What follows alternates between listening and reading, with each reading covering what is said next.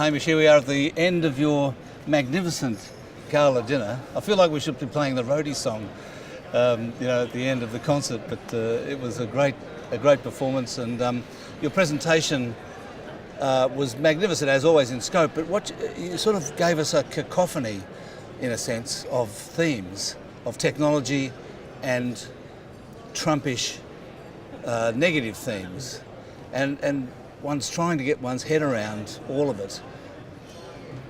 Let's talk about technology to begin with. What broadly speaking, what do you see as so good about exponential technology, which is how you expressed it?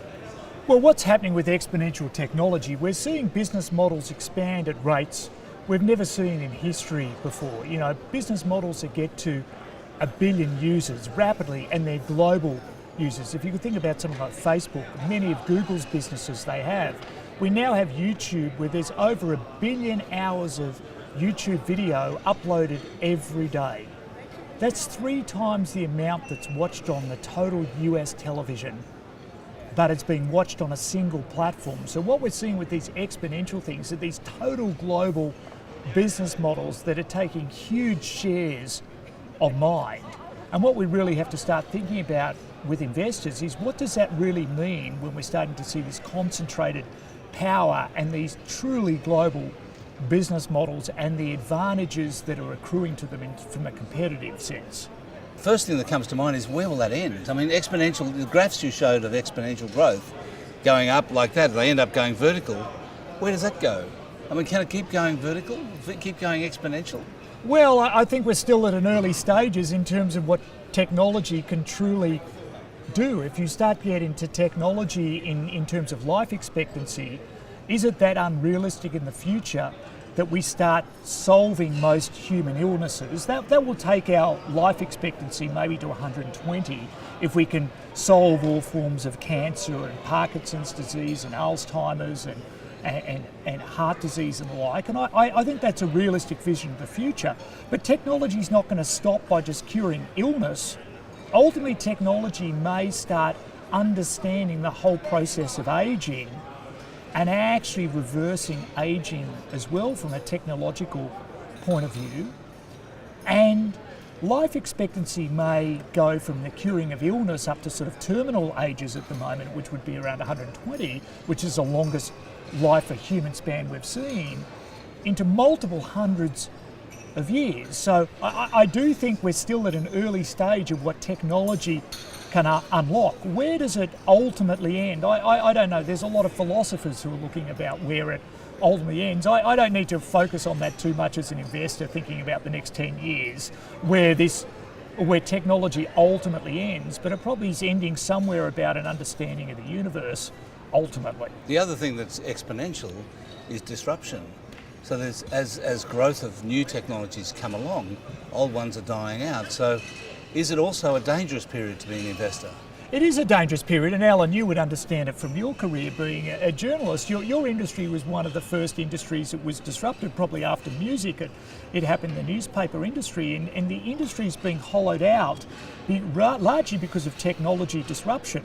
But there are going to be many, many more industries as technology keeps to evolve that get fundamentally disrupted. So part of our job as an investor is to think about platforms that could be accruing advantages, and that could be maybe a Google, which is Alphabet now, or it could be a Microsoft or a Facebook of the world.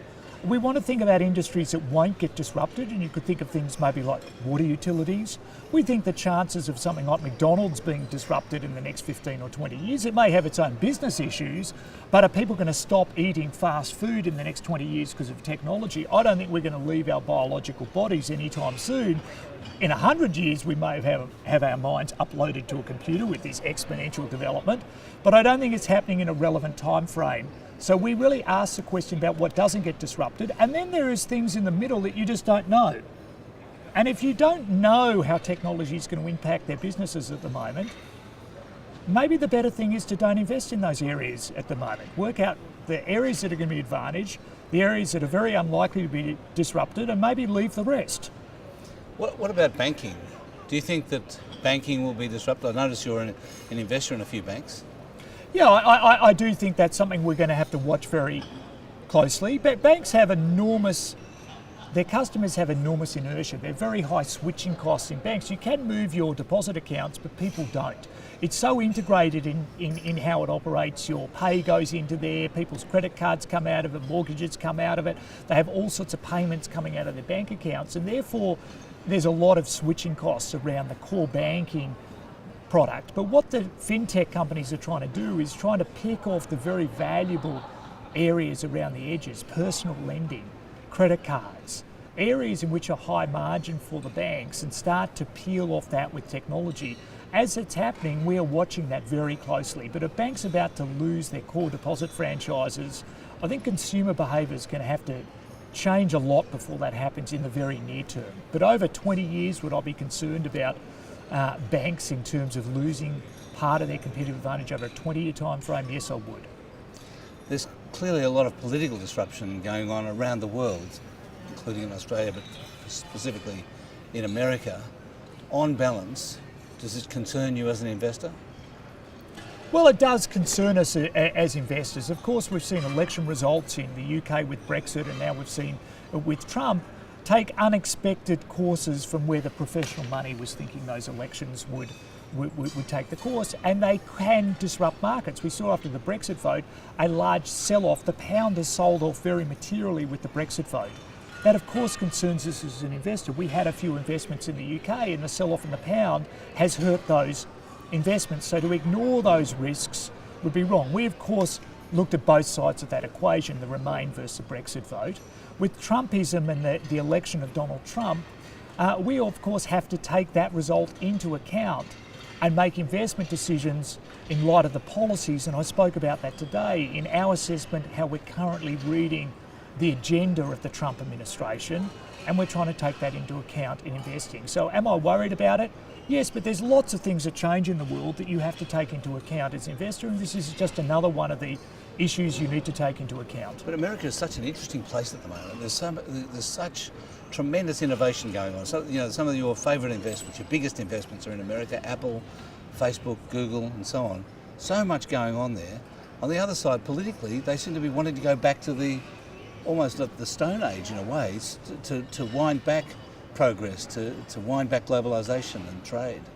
Well, I would stop getting emotional about this, Alan, at the end of the day. At the end of the day... Do you think I was getting emotional? Well, I think it's getting somewhat, but maybe because he's anti your industry and trying to quash the media at the end of the day. How I look at what Trump's doing is I have a lot of faith in the American system and democracy. Trump can do whatever he wants. He can only serve for 8 years. He can't overturn the Constitution of America or the right of free speech. It's got a deeply innovative society. Silicon Valley is not going to come to a stop. They're going to look much beyond the next 8 years. Maybe it's 4 years or 8 years. He is shaking things up, and some things will change. Maybe some of the things will change for good, and some things may change, go backwards, as you say. But the thing about democracy, it refreshes itself. And what's the next administration and the administration after that? And I think we'll look back in 30 years and view Trump as an interesting blip in American history. It may turn out to be a positive blip or a negative blip, and we can't really make all those judgment calls. But is America going to stop in its tracks because of a president? No, I think America's going to continue to create huge amounts of innovation and wealth moving forward. And a lot of these are global multinational businesses who have operations in virtually every country in the world, Alan, with deep competitive advantages, the best businesses based in America. But what about the broader context behind Trump, Brexit, the rise of the right wing in Europe and so on, the inequality, the disadvantage that's been suffered, the context of it all? Does that, in a sense, worry you at all? Well, it does worry me. I think it's really it's somewhat of yesterday's story. It is a feel of a largely male white working class in those countries, in the blue collar workers who have been displaced over time and feeling less relevant in society. And that has happened because of globalisation to some extent, but it's also happened because of technology that's happened. What I think as technology advances, we're going to get more people displaced in society. And people say technology doesn't know the colour of your collar. Today's story is about blue-collar workers being displaced over 20 years and people now trying to find a voice. And the latte set with white collars kind of looking at this with some disdain, not realising they may be the next to join this queue, and they will start finding voices and wanting political answers to their plight of being left behind for what's occurring.